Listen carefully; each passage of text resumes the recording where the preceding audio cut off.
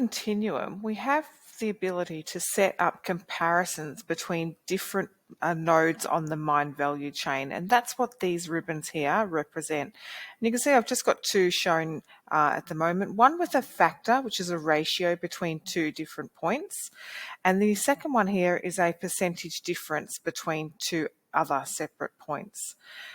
What you can do within Reconcilor is set up your own comparisons, and we simply set them up by choosing a label, and we'll call this one the reserve model to grade control, and we'll leave it as a factor, but we've got the choice of percentage change or difference. We'll leave it as a factor, a ratio.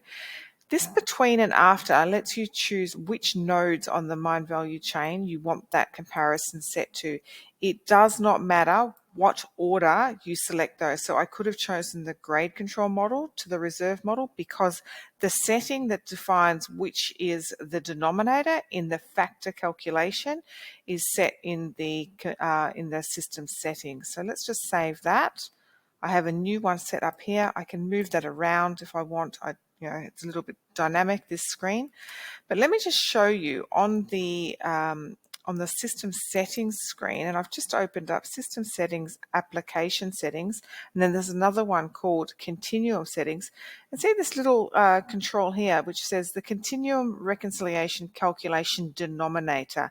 Is that the later node on the mine value chain, or is it the earlier node on the mine value chain? The default out of the box will be the earlier, but you do have the option to change that, and that will change it for everyone. So this is not just a user setting, this is a global setting.